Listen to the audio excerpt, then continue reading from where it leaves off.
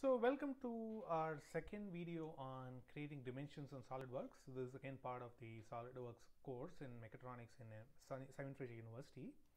So here what we're going to do is really quickly talk about what sections are, talk about explorative view in assembly, kind of creating drawing part list for assembly drawing, and then we'll briefly mention configurations and configuration table. So imagine you have like a really fancy part that you created, and then it has kind of a hole in the inside feature over here like so, right?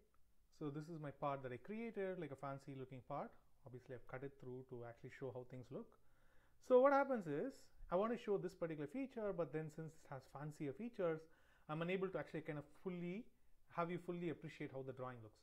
So what I did was I basically took like a switch blade and then kind of like chop the part out, and then I can kind of show you, hey, you know what, there is this feature here, this looks like super awesome. Or I can show you this part, kind of it looks like super awesome.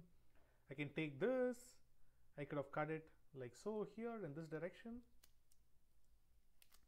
I can show you how awesome this looks, obviously without the tape here, and then how awesome this part looks, and so on and so forth. Unfortunately, what happens is if I just did this part and then send this out to production, people will get a little bit confused.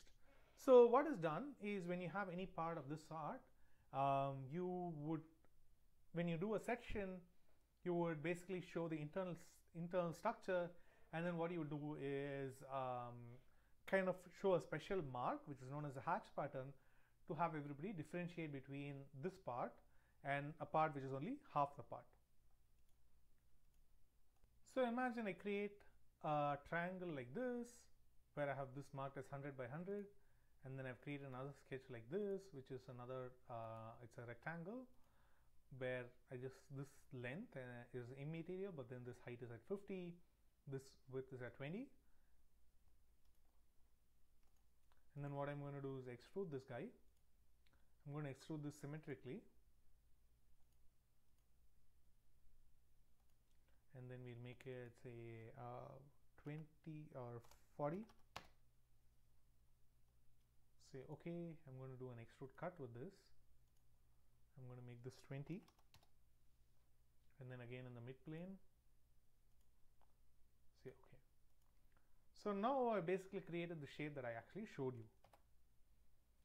So what I want to do is I want to show you the awesomeness of this feature here. So in order to do that, what I need to do is when I do my ANSI LS,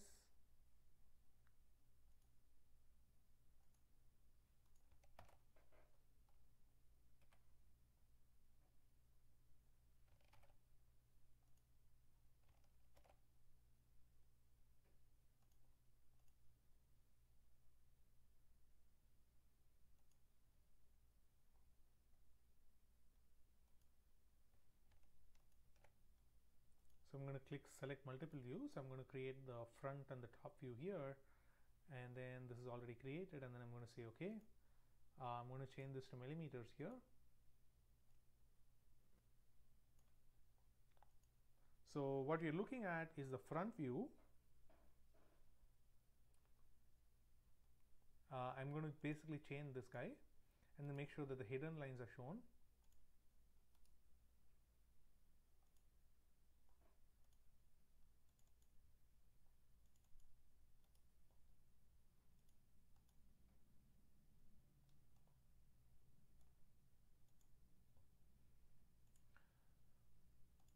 So what we're actually seeing is this particular shape. So the front view, you would have the hidden edge over here and here, and then on the top view, which is basically kind of like you're looking at this view, you would see kind of like a weird shape corresponding to this rectangle over here. So now suppose I wanted to create kind of show you kind of like have this part cut away. So what I'm going to do is, since I'm going to have a cutting plane, I need to show you where the location of the plane is. So what we're going to do is click on this view layout, and then we'll click on the section view, and then we're going to do the section on the perpendicular view here. So I'm going to click this center point, this center guy.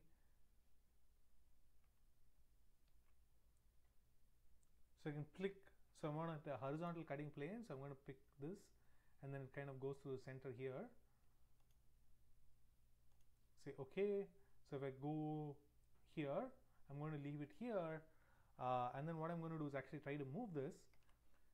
So if you notice, I can only move it up or down, but then I can't move it left or right. I want to kind of put it somewhere else where it doesn't interfere with the rest of the drawing. So what I would do is kind of right click here and then go to alignment and then click break alignment.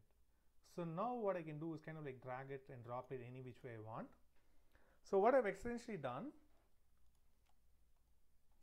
is I've basically taken this particular object and then kind of like looked at the top view, which is going to be this view, and then kind of say I'm going to cut it like here, and so that gives me this particular view. So I'm going to say based on which direction I'm going to looking, I'm going to kind of specify that this region and this region are actually being cut. So in order to show that, I will use something known as a hatch pattern, or SolidWorks does that for me. So if you notice here, these lines are actually shown or shaded. So this part here corresponds to this hole here. It's not actually shaded. And then you notice this edge that's being created over here. This arrow basically tells me how I'm viewing the object. So I'm basically cut the object, and then what I've done is I'm actually viewing it like so.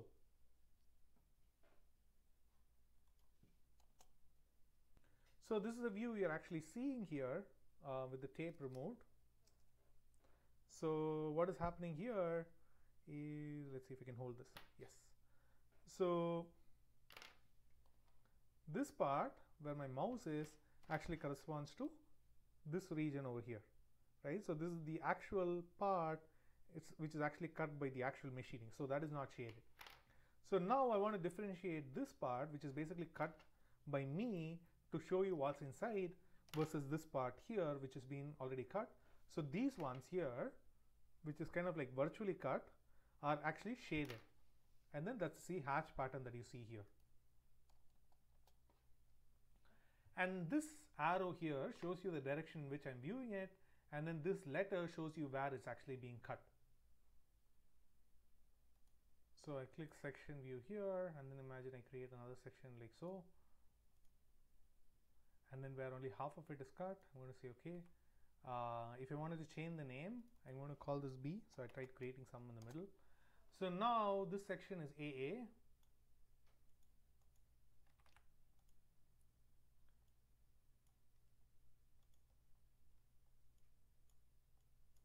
Let's move this. So right click and break alignment.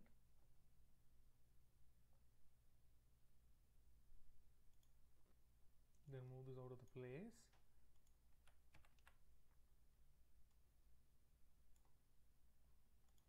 And then this goes over here, right? So now I just scan the document and then say, okay, this is BB, which is basically cut somewhere over here. So the top part over here is not cut, the bottom part is cut, so that's the reason you only see half of it being shaded. So some parts actually have a special feature called a rib or a web. This is basically used to kind of reinforce the part. And traditionally what has happened is, since it doesn't really viewed as integral to the actual part, it's kind of usually like welded together. When you're actually sectioning the longitudinal section, you don't actually shade or show the hatching of the web. So what happens is, like if you look at this section, if you do a section AA, the web isn't hatched. So this is the correct way to do section AA. On the other side, if you kind of hatch the whole thing, it looks like the part is much more bulkier than it's supposed to be. Again, this is more of a tradition, and if you want, it's a good idea to actually follow this convention. If you're doing a transverse section, which is basically cutting it along BB, then you do show the section of the hatch. So this is actually fairly easy or possible to do in SolidWorks if you want to follow this convention. What actually happens is, when you're actually using the rib or the web, you need to make sure that this is actually extruded as a rib feature. So I'll actually quickly show you how this is done, and then what you do is, in the drawing scope, you basically make sure that you select do not hatch this web section. So this is how you do that.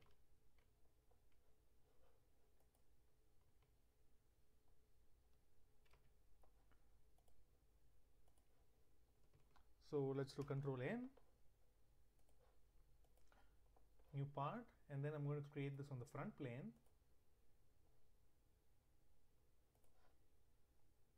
Let's do like a simple L section like so.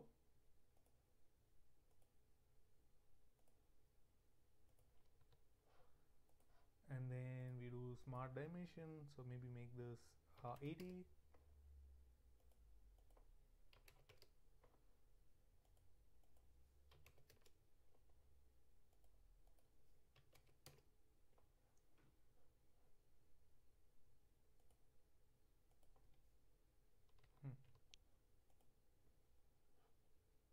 So now the sketch is fully constrained. So what I'm going to do is save this.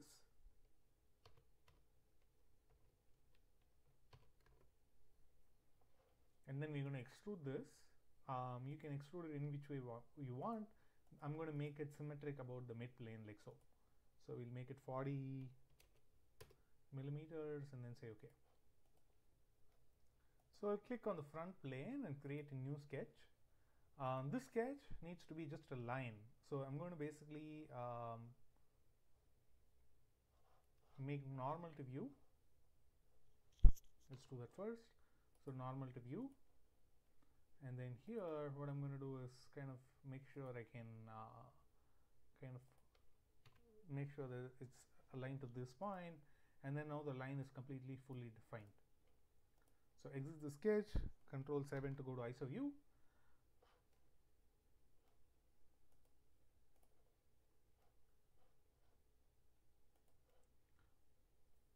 And then what I'm going to do is, if you go to the feature, I'm going to click on, instead of creating like extruding this, I'm going to click on the rib.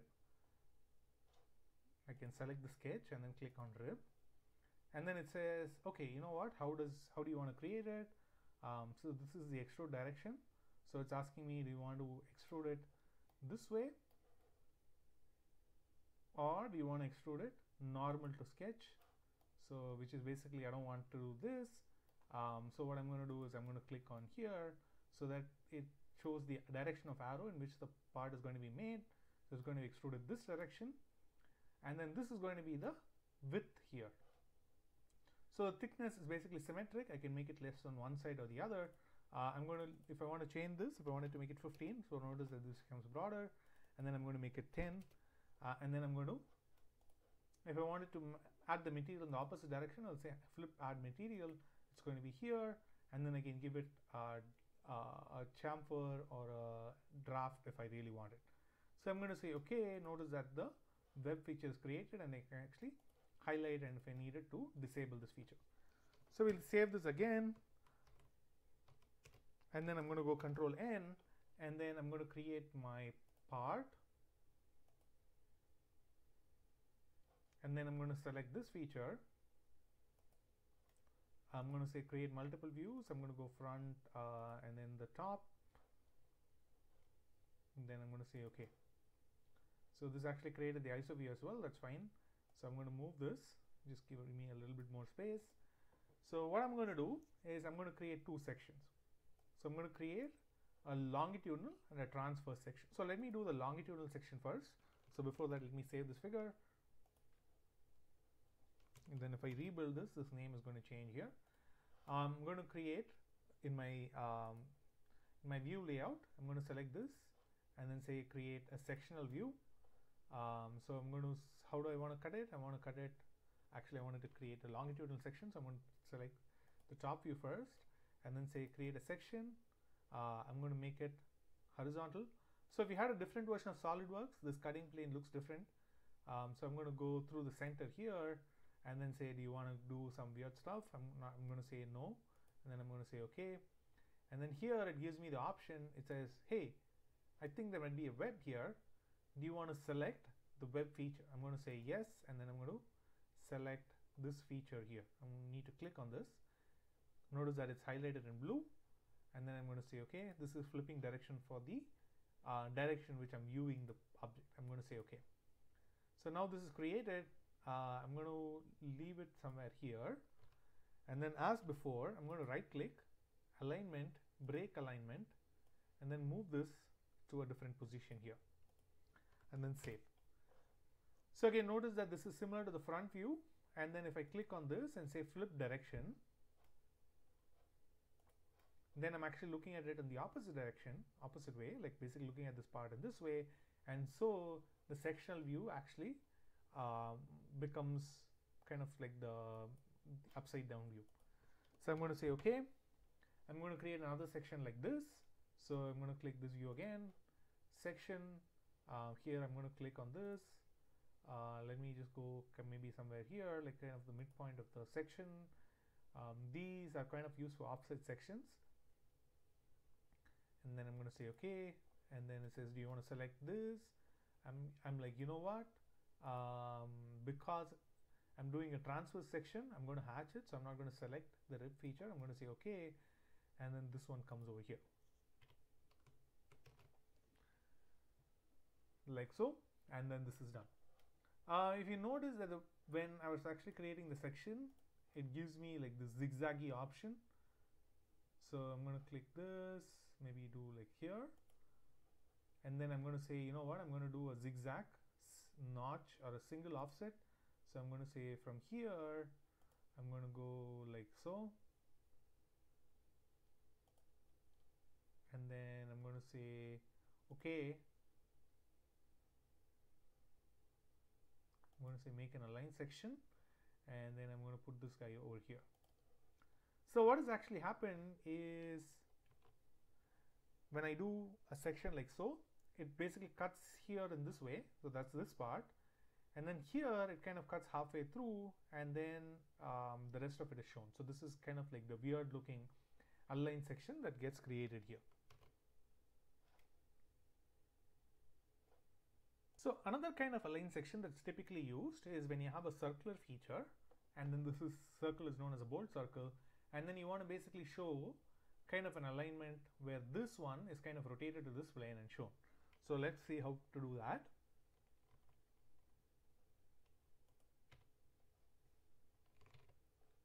So this is a SolidWorks, go new part, and then what I'm going to do is create this on the top plane. I'm going to create my circle.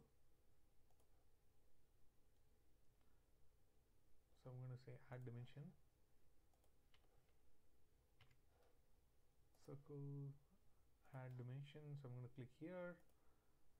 We'll make it say 150 millimeters, and then we're going to create something known as a bolt circle where my other circles are going to lie. We'll make this at say 120.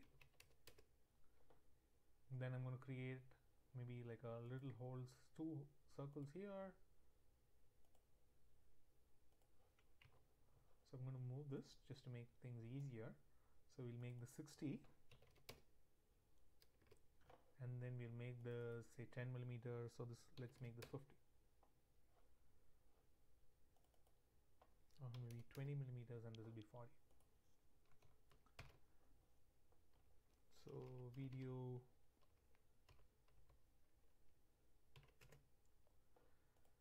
So this, what is going to happen is my bolts are going to lie here. So what I'm going to do is click on this and then make it a reference, like a construction geometry, save it. And then I'm going to put my holes. So I'm going to make the first one horizontal here. We'll make this 20 millimeters.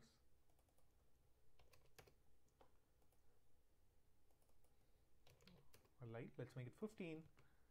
And then now what I'm going to do is I'm going to basically use a circular pattern here. So I'm going to go circle. So I'm going to select, this is the feature that's being done. I can select the number of times I want to rotate it. Let's make it 5 just to make things interesting. And then this is kind of how much it's rotated and so on and so forth. And then naturally, it kind of assumes this is going to be the center. So if I want it to be a different one, I can actually change this to a different point. So if I, instead of this point I select it here, the circular pattern would be created there. So I'm going to say okay, save it. So right now I can actually drag, oops, this is actually fully constrained. So we say okay, and then say exit sketch, save it again. So what I'm going to do is extrude. Here I'm going to select this region. Let's extrude. This is good. Maybe select this one as well. Let's extrude in the backward direction. I'm going to say okay, and then here sketch 1, extrude. I'm going to extrude just this guy and then make it a little bit more higher, say 30, and then say okay. So this would be something known as a flange. So let's save this and then go Control N, landscape mode, and then what I'm going to do is select this part, then select just the right view, let's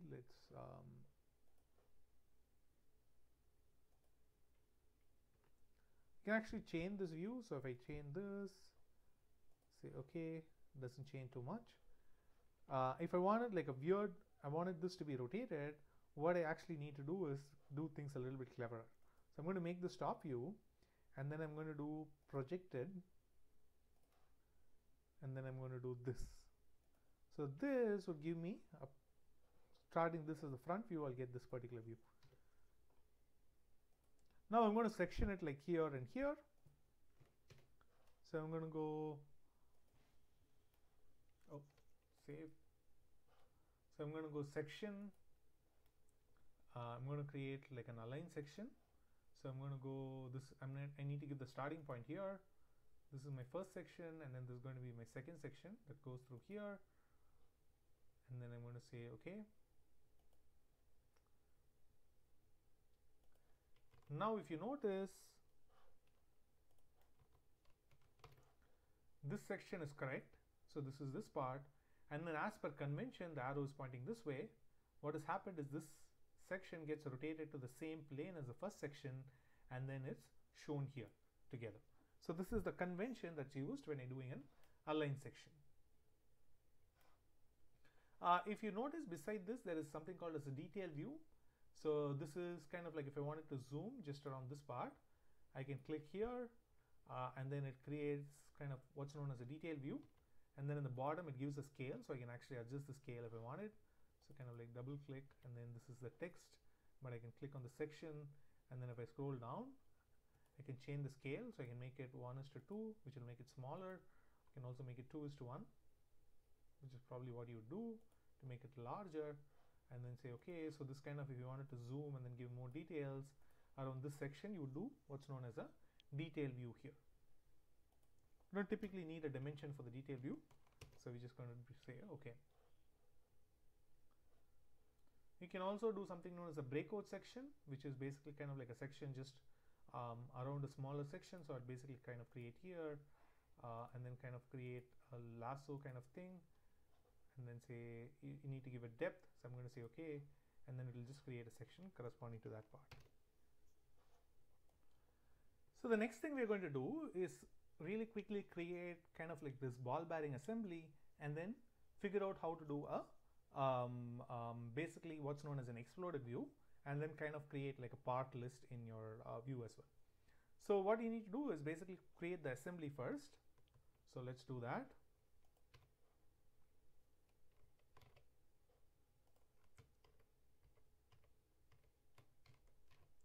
So I'm going to go part. I'm going to create my race first. So on the front plane, we're going to create a sketch. So I'm going to create basically what's known as a corner rectangle. So I'm going to go here.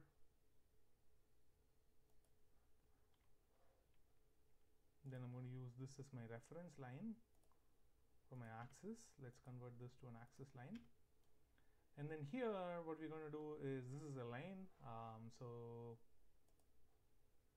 we need to give a dimension for this. Let's make this 20. We make this 40, or let's make this 20 as well.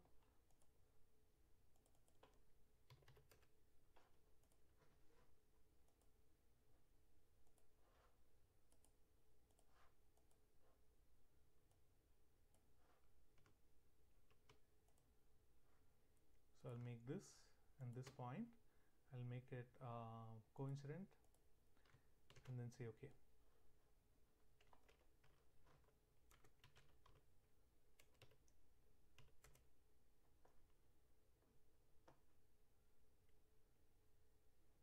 So I need to create the circle over here. So what I'm going to do is I'm going to create kind of a circle like so.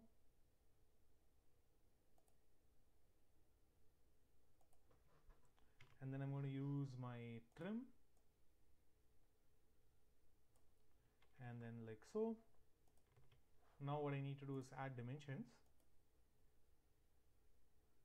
I'm going to maybe create this radius first.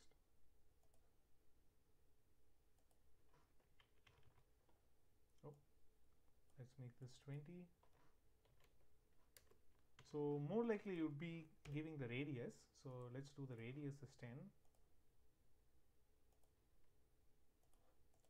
So now, because I can actually move this point, right? So I need to give a dimension for this as well. So I can give kind of the depth here. So imagine I wanted to give the depth of the rays, or I can give it from this way to the other side. So I'm going to basically go here to here. Let's make it 7.5.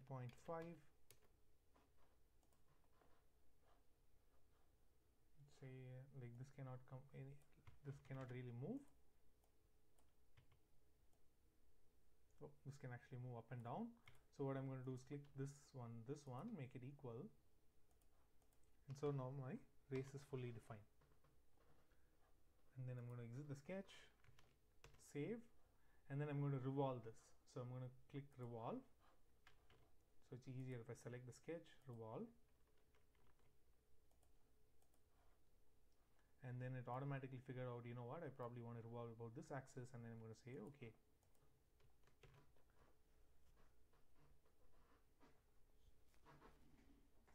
I also need like a circular ball, so I'm going to go part, new, okay, and then on the front plane I'm going to create a semicircle here.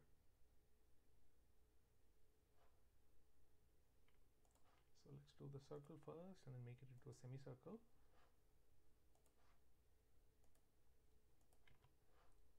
I'm going to keep the top, and then I'm going to switch back and then see what the radius was. So this radius was 10 millimeters, right? So I'm going to go to here, and then this radius needs to be 10, or the diameter would be 20. So now I'm going to select this, revolve.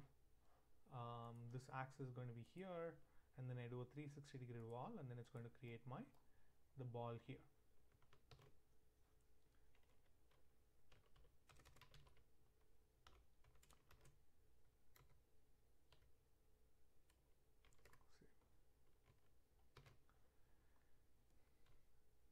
I'm going to go Control N, assembly. So this is going to be my first race, and then I'm going to go insert component, select the ball, and then say okay.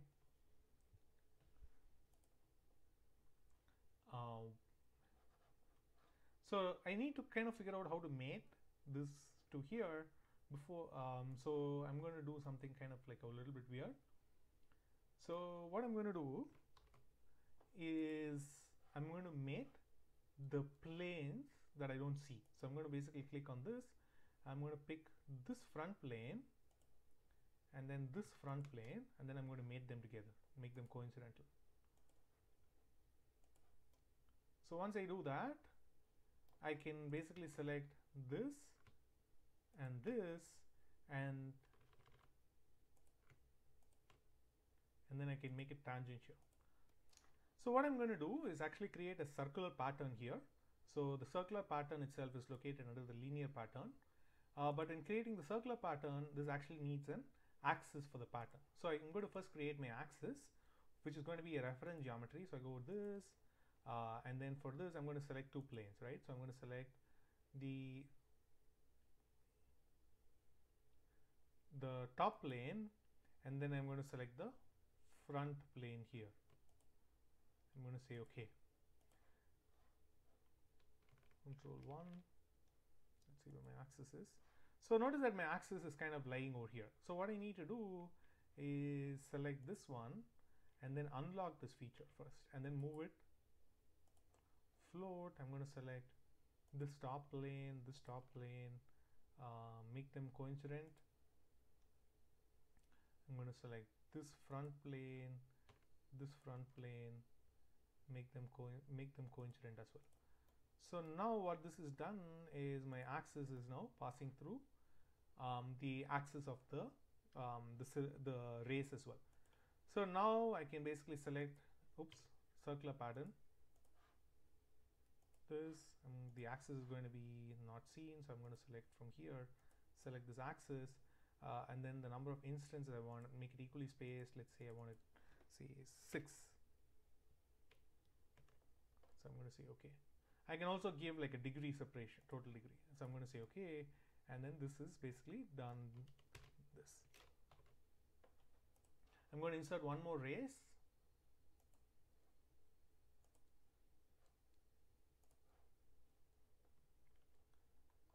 That's basically this.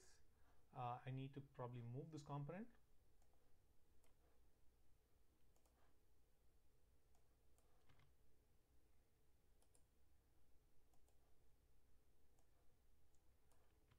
I'm going to basically mate. What I'm going to do is select this component and then say copy with mates.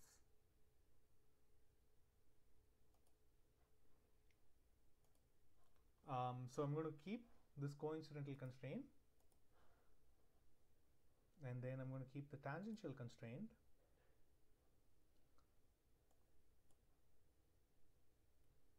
I'm going to make it still have the, let's try clicking this and then see if we reverse it.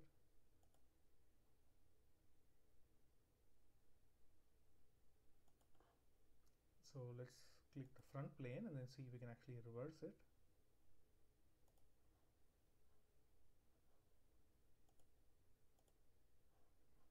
And then let's repeat this, and then we're going to say okay. So now my ball bearing is fully constrained, and then this thing is set. So we'll save, then we are done. So the next thing we're going to do is figure out how to create an exploded view.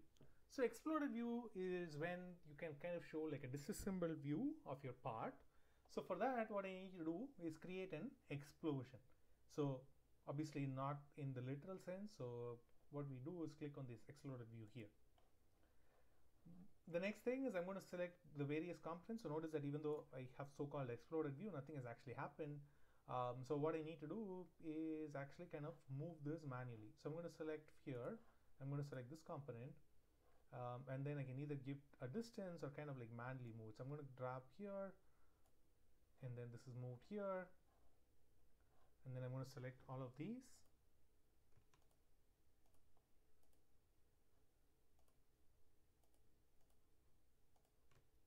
And then select to move,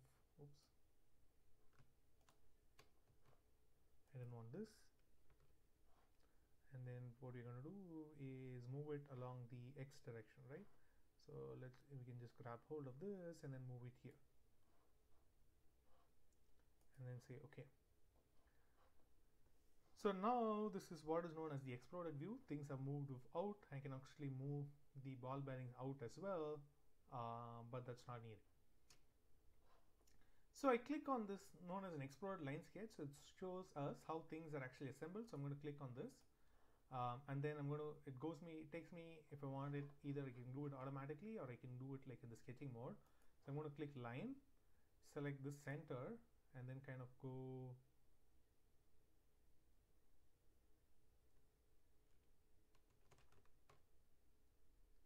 like so, and then maybe I want to adjust it. So this kind of moves here.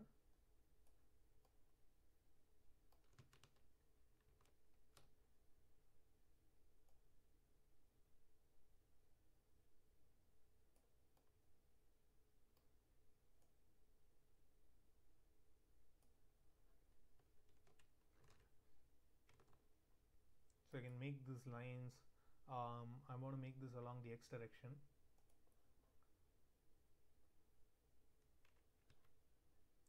So So this is not possible, so I'm going to delete this, make this along the x direction.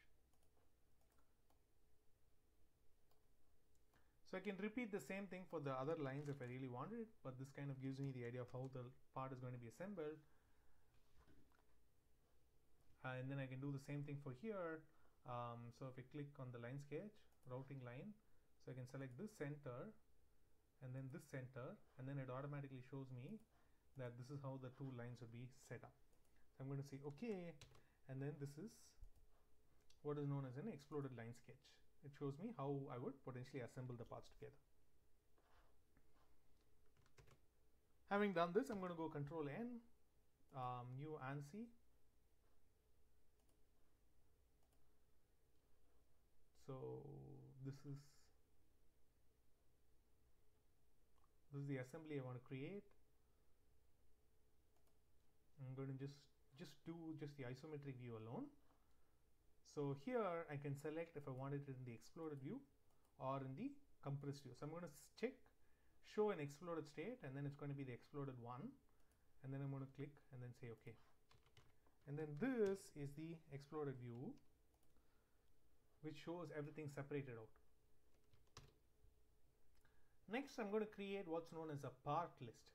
So I'm going to go to annotation here, and then I'm going to create the part list. So for that, what you need to go is go to insert tables and then call what is called as the bill of materials. So it says click the drawing to select the bill of materials, and then yada yada yada. So you can say OK, and then now I'm going to basically move this and then put it on top of my nameplate over here, and then save it. So bill of materials is also known as a BOM. Please don't occur it very loudly in the airport. Things may not end up too well. Next, what I'm going to do is this is good. So this is video 04, and then this is 42, and then I don't know what is what. So what I'm going to do is create what's known as a balloon. So I'm going to click create auto balloon, and then it says create a sketch where things will be created. I can either like align everything or kind of like make everything nicely in a square. So I'm going to do this and then click on this particular shape and then say OK. I can actually manually move this. So I'm going to move here. I'm like, you know what, I would rather have this label. So I'm going to click on this arrow here and then move it to here, and then move the balloon here. And then this is what is known as a bill of material. So if I go back to this view, I can actually switch really quickly between the exploded view and then the collapsed view. So all you need to do is right click and say collapse. So to show the exploded view again, I need to go click on the assembly, right click and say explode, and then it switched to the exploded view that I had.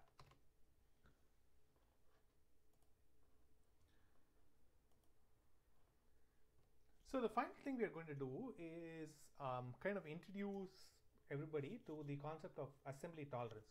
So in doing that, I'm going to introduce something known as configuration that you can use to basically kind of see how things assemble together. So generally, when you have kind of dimensions, you also have something known as tolerance associated with the dimension. And when the maximum material is available, so if it's going to be an external part, it's going to be the largest dimension, and internal part is going to be the smallest dimension. It's called as the MMC, or the maximum material condition, and the smallest part is going to be what's known as LMC, or the least material condition. So we're going to basically see how these can be created in our drawings really quickly. So what I'm going to basically do is create these two, create a mating part, and then see how things are assembled together.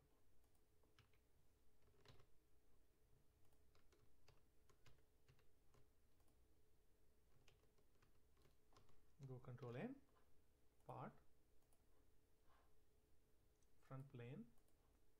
I'm going to create the E part first.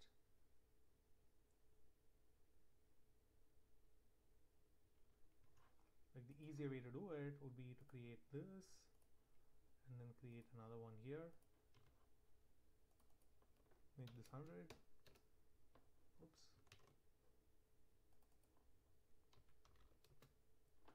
Make this say 40. And then we'll make this say, let's make this 860. this 20.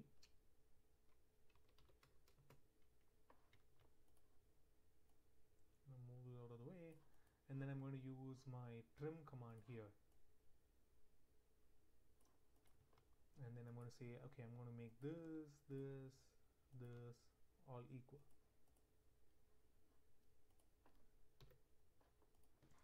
So, and then I'm going to make this and this to be coincident. Actually, I'm going to make it midpoint. So I can move this, the whole thing. So for that, what I need to do is basically give a dimension here. So for that, I can basically call this to be 20. And then now my sketch is fully constrained. So what I'm also going to do is create the other part for my E section. So I'm going to basically do this. I'm going to give a smart dimension, make this 20. Save.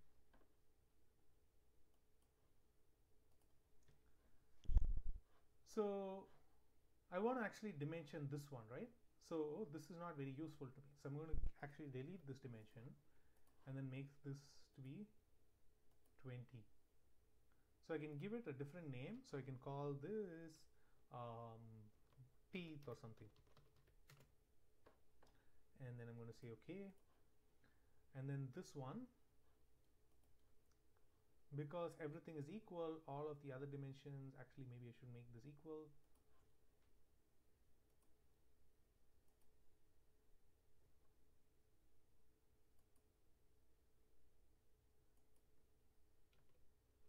So I'm going to delete this constraint here.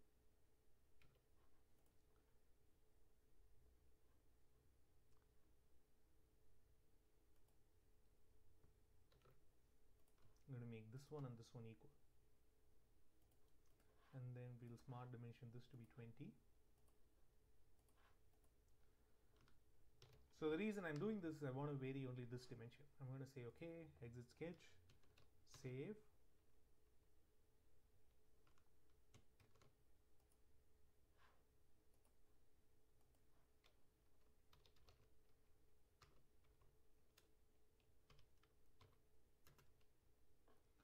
So I'm going to extrude.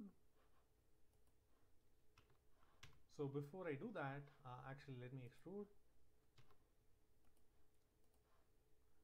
I'm going to extrude this for 20, mid plane, and then for the contour I'm going to select this one and then say okay. So what I'm going to actually do is create, do a file save as,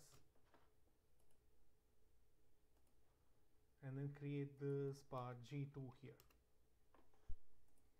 So I'm going to edit this, and then instead of selecting this contour, I'm going to select this contour and then say okay.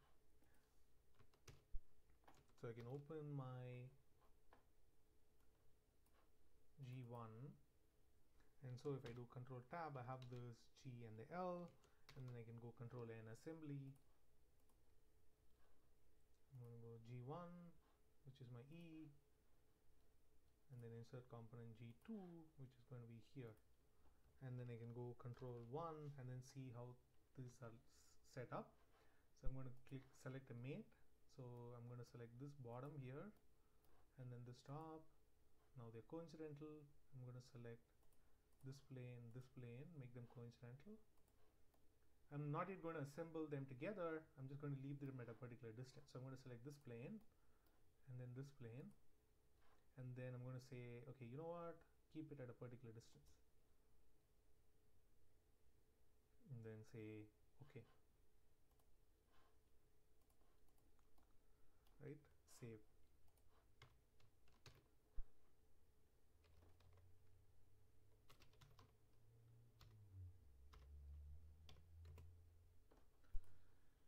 So now what I'm going to do is create configuration. So I'm going to want to vary this from 20 plus minus 1.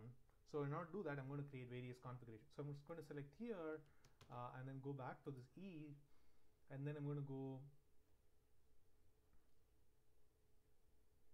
configuration manager, and then I'm going to call this is going to be, I'm going to rename this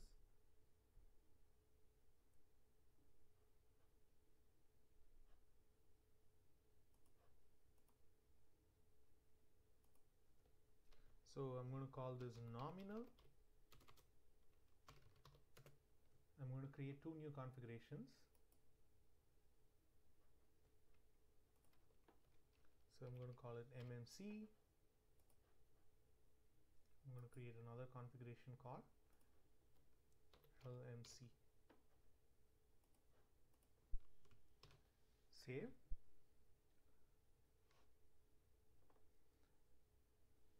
So the next thing I'm going to do is I'm going to go insert table, and then I'm going to go design table. So it says auto create from file, updated automatically, new parameter, la da da. So I'm going to say okay. And then now if you notice, it's added LMC color. So I'm going to add another parameter. So I just inserted, pasted this, and then I'm going to give the values here. So the nominal is going to be 20. The MMC is going to be 22. The LMC is going to be 18. And then I'm going to say okay. Now if I switch between LMC, I can double click, exit sketch. If I click on this, notice that it becomes larger, here it becomes smaller. Save, and then if I go to this view, I can actually switch the configuration here. So if I right click, I can select configure component, and then instead of the nominal, if I select the LMC, notice that it becomes smaller here. I can potentially also, instead of the nominal, I can select configure component and then select the MMC, which will make the whole larger than what it is. So this is particularly useful when you have the same component, just that some basic feature would keep changing again and again, and then where you can create a design table to customize your part for all of your requirements. So this basically concludes our video, and thank you for watching.